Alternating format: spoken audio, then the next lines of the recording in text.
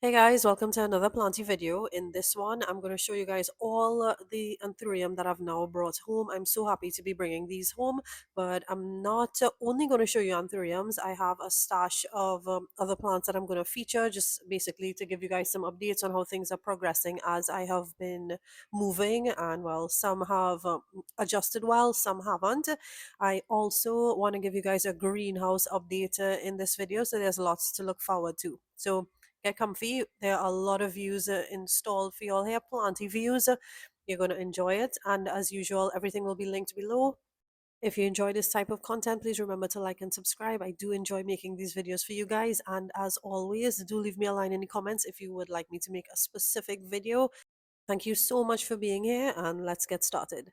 So here's what I've been up to. In a previous plant styling video, I featured this space, my bathtub area in my master bedroom. In that video, I had asked for suggestions or recommendations about how you would style the space, and in essence, the video wasn't really a plant styling video in terms of me having the space perfectly style how I would intend it to be. Instead, it was more of a request for suggestions or recommendations from you all in terms of how you would style the space in preparation for me to do it. A huge thank you to all of you guys who chimed in and messaged me with all your ideas. I'm going to bear everything in mind, and I will do a future video when I have actually styled the space. What you're seeing here is storage still. Actually, I shouldn't simply say storage because what I've been doing is studying the space and how the plants that I've chosen based on my experience of growing them for the past few years, I've been studying how they are performing in this space under these new conditions and truly being grown indoor.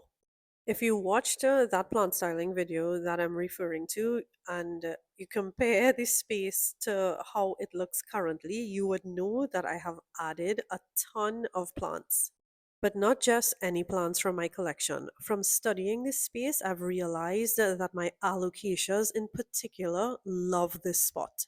Raphidophora and Syndapsis have also been loving it, hoyas to a lesser extent.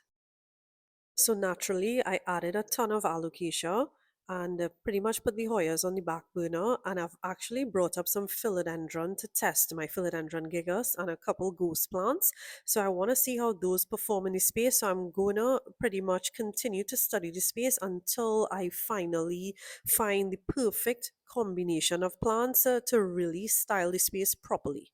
So just to keep things in context, this bathtub area is pretty much being used as a storage space until the greenhouse gets going, as well as for experimentation for when I'm finally ready to truly plant style here. For anyone wanting to grow plants indoors, I would definitely recommend that you study the space in a similar fashion before you head out there and invest in plants to style your space. The most important factor before bringing plants into your home is understanding the conditions in your home before bringing them in. What I mean by conditions is primarily your lighting conditions, humidity, and temperature. My experience in general has been guiding me in terms of which plants I put where I'm using for a storage area, and just in general, how or my methodology of moving my plants from my old residence to my new home. But in my beginner days, I had the moisture meter, I had the hydrometer to measure humidity, I had a thermometer to measure temperature, I had my light meter to measure lighting. So I had done that sort of data collection for years, and that's why I'm able now to wing it or make intelligent guesses in terms of which plants I put where, whether it's for storage or in a permanent space. For example, I did another plant styling video for my living room, and I was able to choose plants easily because I understand the requirements and I understand the conditions in my home. For anyone getting into plant styling inside of your home, I highly recommend that you understand these conditions before bringing plants in. So, with all of that said, the basis for it all was basically I was able to bring more plants home, not only in preparation to continue storing them before the greenhouse gets going. And I'll give you guys a quick update in this video as well. I am getting ready to travel at the beginning of April. So, in terms of having everything well watered and being able to sustain itself while I am not here, I'm also trying to make provision for that. Essentially, with the bathtub area being able to store more plants, I was able to bring all of these that you're seeing in frame here down to the plant room. So pretty much what we're going to do today is unpack these boxes and get all of these plants into the plant room. I think it's worth mentioning again that I understand the conditions in the plant room a lot more now, and this is why I've chosen to bring this batch of plants. I'll be sure to give you guys a tour of the new layout in the plant room, having added all of these is primarily anthuriums and a couple philodendron, but I'll go through the space again, showing you guys exactly what I brought down, so you can basically see how the room has transformed from the early days. And what I'll do is I'll link the first plant tour if you want to take a look at what it was before. For those who are now joining us, so what you're seeing here is really a storage area that I'm calling a plant room. I ordered my greenhouse on Amazon and it has arrived. And in the interim, I am storing my plants here as I've recently moved from my old residence to my forever home. There's definitely been progress all around, especially as this trip coming up. I have been, motivated to continue bringing the plants down and just making arrangements, even though the greenhouse is not up yet, and it probably won't be up for the next 3 months. More on that coming up later in the video. For now, I just want you guys to see what the space looks like now. I have a ton of space available. I'm so happy to be able to restyle the space and, especially as I understand how it's functioning with respect to the lighting and humidity, temperature, those sort of things. So I know exactly what is going to thrive in here just to make the transition into the greenhouse smooth, I'm hoping, and eventually into the house as I intend to use some of my plants as decor. Until then, let's get to packing out this new batch of plants and restyle the space, give it a clean up, and you can definitely look forward to a tour later in this video so you can see exactly what is in here now. Let's go grab the plants from the garage. But first, I forgot to show you guys or give you all an update on the Anthurium, the Ace of Spades hybrids that I grew from seed. Basically, they are thriving. This is the first batch of 40 seedlings. All of them have grown successfully, I would say, here and are continuing to thrive. I just want to give you guys a quick update here and some visuals of how these seedlings are doing. I am absolutely thrilled to have succeeded at this process, and I'm looking forward to growing more Anthurium from seed. Currently, if you follow me on Instagram, you would have gotten this update already. But my Anthurium Zara F4, was crossed with my Anthurium pedata radiatum. That's my Anthurium fingers, and that's another reason why I brought some of my Anthuriums down here, including that one, so I can keep an eye on that inflow. Within this bunch, you'll be able to see the Anthurium I was referring to, the Anthurium Zara F4 that was successfully pollinated. You're going to see it, that's it actually right there with the white sachet on the inflow to protect the seeds, sorry, the berries from being eaten by any predators. But pretty much these are all the boxes that we're going to unpack, and I'll give you guys a closer look of that Anthurium that I'm so excited to collect the berries on and grow the seeds out. But we have a full stash here. It's about 5 boxes. This is the Zara, a closer look at it. It is pretty banged up, and all of these plants are severely dehydrated. So I'm definitely going to do a before and after in this video, so you can see the guys. Sorry, you can see the plants. In this crappy state, and then eventually back up and running. Other plants in this batch include my variegated raphidophora tetrasperma. This one is going to need a pole extension soon. And like I said, they are primarily Anthurium. This is my Anthurium clarinuvium, and next it is my Anthurium Ace of Spades. During the tour at the end of this video, I'll be sure to tell you guys, which is which, and probably put the names up on the screen just for clarity. But they have grown quite a bit. My Anthurium collection in general has also grown. Amidst that is my philodendron white princess. I have 2 of those growing on a pole now. For plant care tips and tricks, you can tune into my plant shows videos. You would have heard me say that I frequently use silica to maintain and bring back variegation in white variegates. Where the plant room is located, it is ridiculously windy. Like this metal gate blows in like effortlessly. So I frequently have to lock myself in here if I'm working in here. So what I intend to do first is to clean up inside of here a little bit, remove some of my soil amendments that were in the containers that you just saw there, and just do a quick rearrange so that once I start to pile the plants in, I already have the space designated for each one just to make the process a little faster. So I don't know if I've ever showed you all that there are those perforated openings on the side of the plant room just to ensure good airflow and good light coming in to the plant room. So pretty much I pulled out all of my amendments and I just are going to store them on the side of the room for now. And I'm just going to sweep up this floor a little bit, get rid of that dirt, and just give it a quick tidy up. I had to grab my mask because the Saharan dust was ridiculous, as you could see there, and the dust in the plant room too from sweeping was basically trying to take me out.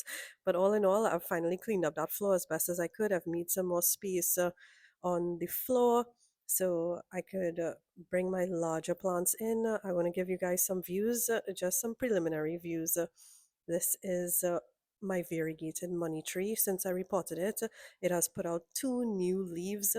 It's such a unique one, and I just love that speckled variegation. So, one thing with this one, once it stops putting out leaves, that's my indicator to go ahead and repot it. This is my begonia manoir. I don't know if I'm pronouncing that right. I'll just throw the name up on the screen for you guys. It is in bloom. This is the first time it is blooming for me. The veins glow and the foliage itself shimmers. I got this one from Webb's Plant Place. If you want to know where I get all my plants, on my Instagram profile, I list every seller below each post. In my last plant shows video, you would have seen me treat this aglaonema. It's my aglaonema cutlass for root rot. It is currently successfully rooting in water. I'm going to have to add some Super Thrive to that just to add some nutrition at this point. Also, in that last plant shows video, you'd have seen me pot up these little props. These are my lupinum props. They're all pushing new leaves now. This is one of the melanos that has also pushed out some new growth. And that was just a quick little update on those props that you guys saw me pot up on camera. So my Homalomina wallicia is still with me in this setup. It is in 100% lacquer in a pot that has drainage. I just put a little dish on the bottom and ensure that that always has water, and that has been working for me to grow that one. That has been a struggle plant for me. This is the newest leaf on my Anthurium vitirifolium. It shed a bunch of leaves when I moved it in here, but it's finally settled down and pushing some new growth again, as well as my Anthurium pallidiflorum. This one also shed leaves, but it actually put out an inflow and a new leaf that looks quite promising. I think is going to be a really big one because look at the size of that, and it hasn't even started to unfurl as yet. I also am super excited to show you guys that my Homalomina Pink Diamond is pushing a third new leaf in my care. It's been a while since I showed you guys my philodendron patriciae. The last time I showed you all it was flourishing. It took a big hit with neglect. I was able to bring it down a couple of weeks ago to keep an eye on it, and it put out this new leaf in my care. Also, I did a video on how to propagate philodendron gloriosum. These are the two props. I did one in soil. This one is has not perished. I'm not sure if it's rooting as yet. This prop that I have growing in lacquer and water, I'm going to check for the first time to see if there are any roots on it. I'm going to pull it out to see if I could show you guys. I believe it is rooting because this leaf is the only leaf left and there's no yellowing on it. There it is. So it has been rooting nicely. That means the one in soil should also be rooting. It probably is ready for a pot up. Comment below if you want me to do a follow-up video on how I pot them up. So I just repositioned the Gloriosum to give me some more space on the bottom, and this I'm just giving you guys a quick view of my elbow. I'm going to pull off these two yellow leaves on the bottom. I was really expecting this one to decline, but it hasn't, thankfully. I tried to stay on top of the watering as best as I could, as well as the silica applications, and well, it hasn't done too bad. This is my Anthurium Doriaki Silva that is putting out a new leaf in here. I'm showing you guys a quick view of some of the Anthuriums that have been growing in here and flourishing. That is why on this trip I primarily brought down my Anthuriums because they seem to love this plant room. So I'm going to start by adding my biggest Anthuriums to the room first because I want to take advantage of the vertical height. I just slipped my variegated raphidophora in here, and that is the vertical height that I am referring to. I already put my regale in there to give you guys an appreciation of the height in this room, and I'm going to continue now.